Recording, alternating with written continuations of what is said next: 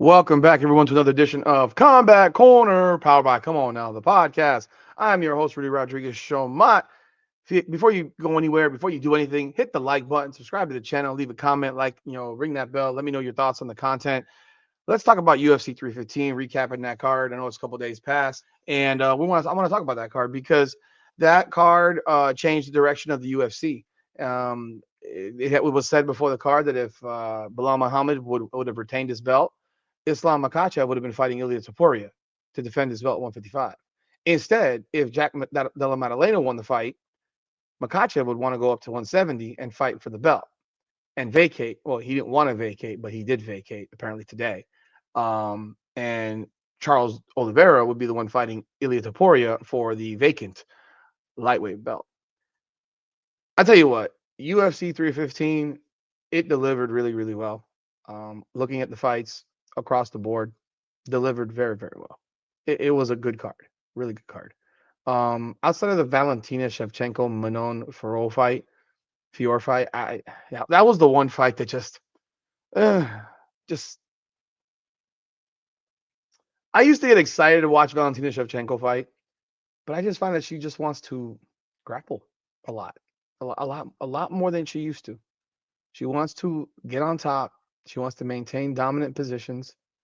She doesn't really want to. She's not engaging the way she used to me. She won the fight um pretty cool. I mean, I would say rather clearly, Um thought she won the fight as expected. I expected her to win the fight. She won the fight and she maintains the belt. What she does next, I don't know.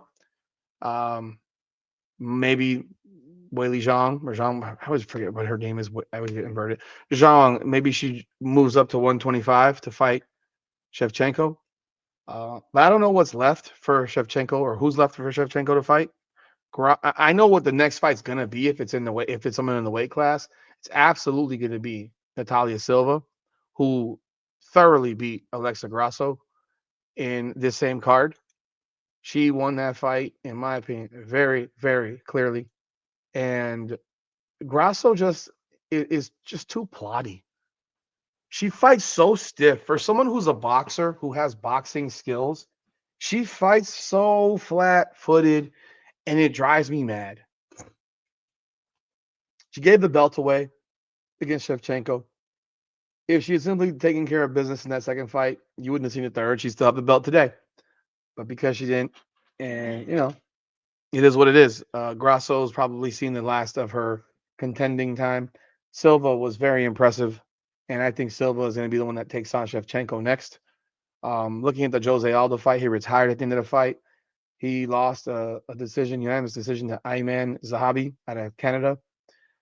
I mean, Aldo won round one. A lot of people thought Aldo won round two. People jump up and down about, oh, robberies. I get so tired of hearing people who say robberies. First of all, you had three judges that all agreed that he lost.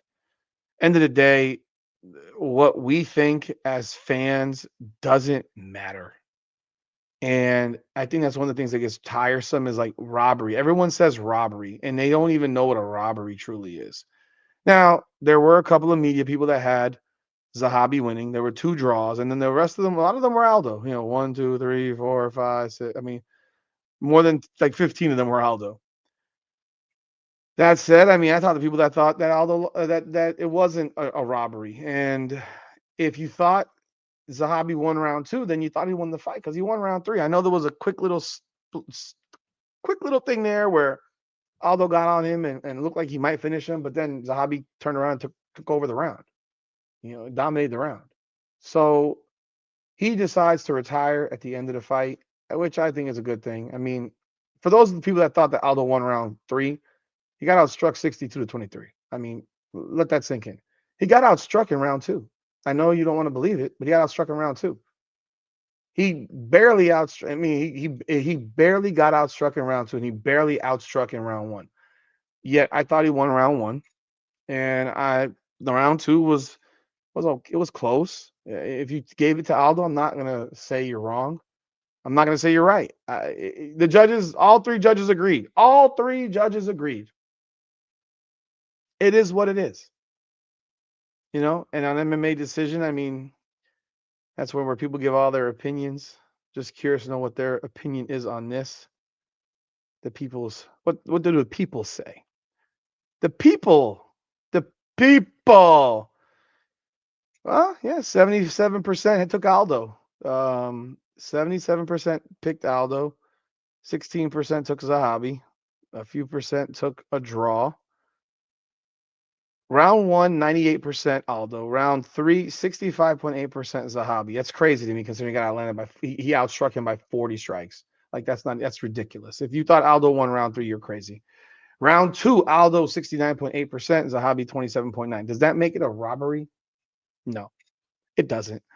It means you think someone won, but it doesn't make it a robbery. But you can agree, disagree. I don't really care, honestly. And then you have the Benoit Saint Denis Kylo Prepolek fight. Benoit Saint Denis wins via I believe it was a submission, if I recall correctly.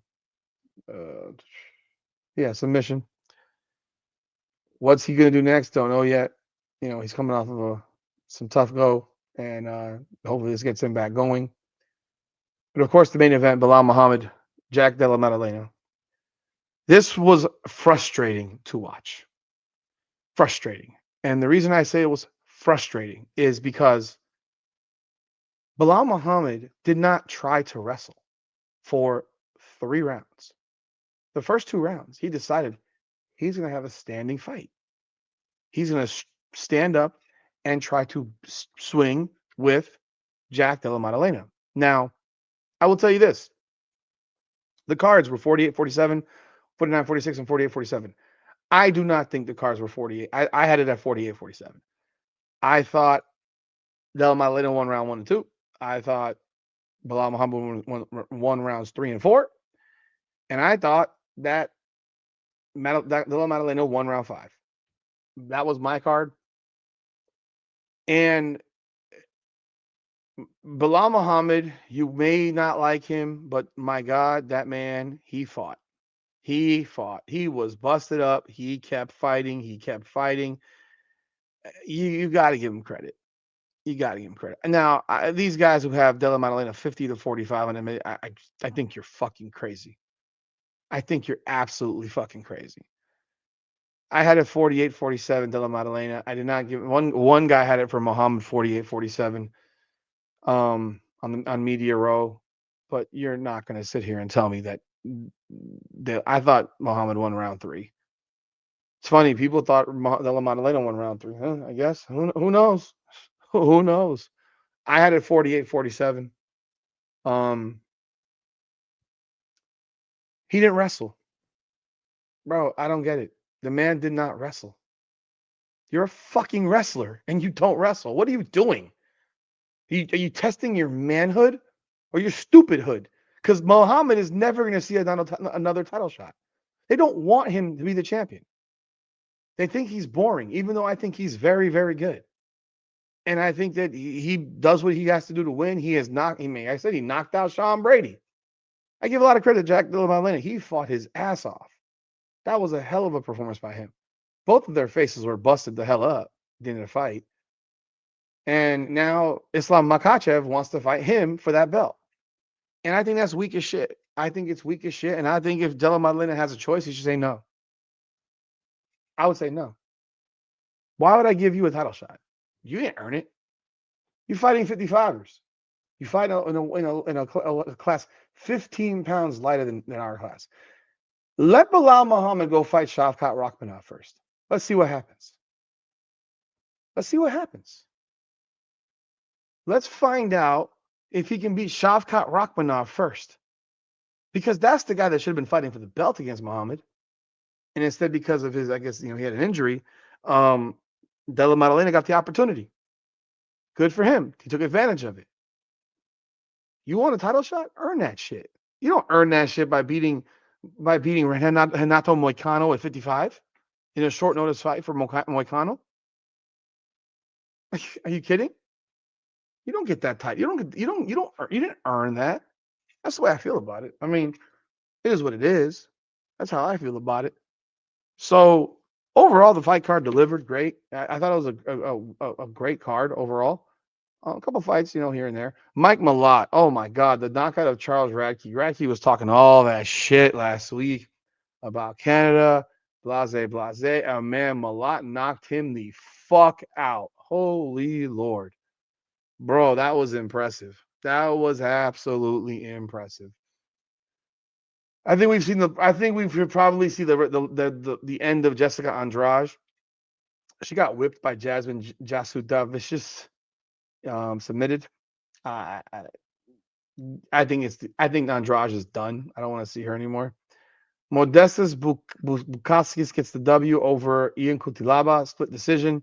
This was a highly contested decision where Kutilaba won a one-on-one card 30-27. Most people do not agree from what I've seen with this card either. End of the day, I don't even know what to say anymore. I don't. I really don't know what to say anymore. Most of press row had Kutilaba winning. You got one judge that gave Bukaskis all 3 rounds. One judge gave Kutalaba all 3 rounds, and one judge gave it 2-1 to Bukaskis. Who knows? Who knows anymore? Navajo Sterling gets a win over Ivan Urslan by decision. Marc-Andre Barrios, this one was gruesome. He broke this man's skull. I mean, I don't know for sure. Let me Google it real quick to see what happened. Bruno Silva got hit with. First of all, Bruno Silva looked like he was completely unprepared. He exits on a stretcher. Unfortunately, it's very, very sad. He got hit. It's saying here. Oh man, you see the way he got hit. He got hit right on the temple, and I don't know if he broke his skull, but he got hit on the temple perfectly. Obviously, not perfectly for purposes of living. If you remember Michael Venom Page when he cracked Cyborg Santos's face with a knee, this looked like something similar. Silva got a dent in his head because of the elbow. All X-rays negative, all imaging normal. Thankfully, Silva stated on Instagram, "Good night. Just letting you know that I'm fine. I went to the hospital, had tests. Everything's okay with my health. I received many messages from people who really like me. I was fine. I wanted to give my testimony of everything I went through and managed to get up. But as part of life, I'm a victor. This is not the moment that will end my story and my legacy. God, honor, and all glory."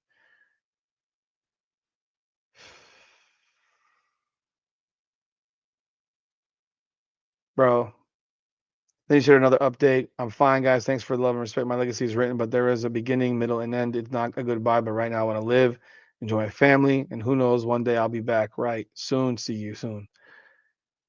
Let me tell you something, guys. This shit was scary to see. If you saw it live, it was scary to see. First off, he didn't look like he was ready to fight, and that's the first thing. He got his ass whipped in this fight, and it wasn't because of that elbow. It was like the whole fight. He just looked wholly unprepared. He looked like he wasn't there, and he took shots that just took shots. And this was a fairly even fight overall in the odds, but man, Barrio, those elbows smashed, but it just didn't look like Silva was there. Daniel Santos got the W over Zhang Li, and Bekzat Almakan opens the card with a dominating KO over Brad Katona.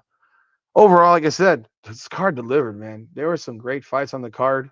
I gotta say, people were not excited about. I thought this card would be good because I actually think a lot more of Belal Muhammad than a lot of people think. A lot of people don't like him.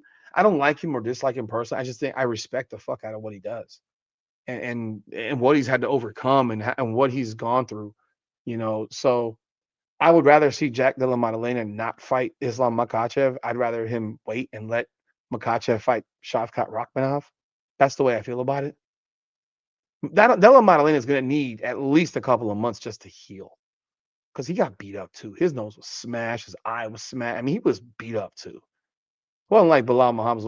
Now, Bilal Muhammad had a split lip right here where it's like, remember Robbie Lawler was like, oh, that was gross. But yeah, man, I thought it was a really good card. I appreciated this card. And then, this week we have I have an Apex card with Burns and Morales. I hate these. I hate Apex cards. I don't know why they keep doing them. I just don't know anymore. I don't know. I don't get it. Gilbert Burns against Michael Morales. You got Rodolfo Bellato, Paul Craig, Sadiq Youssef, Myron Santos, Dustin Stolfus, Nuristan, whatever. Julian Rosa. Okay, my God, too many names. Point being, like, bro,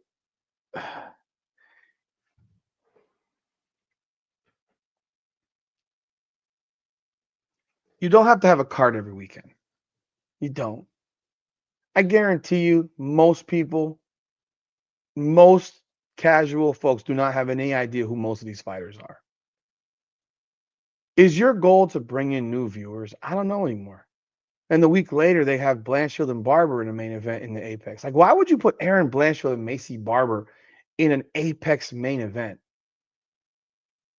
Is it because you got no one else to fight? Matus Gamrot's the co-main event.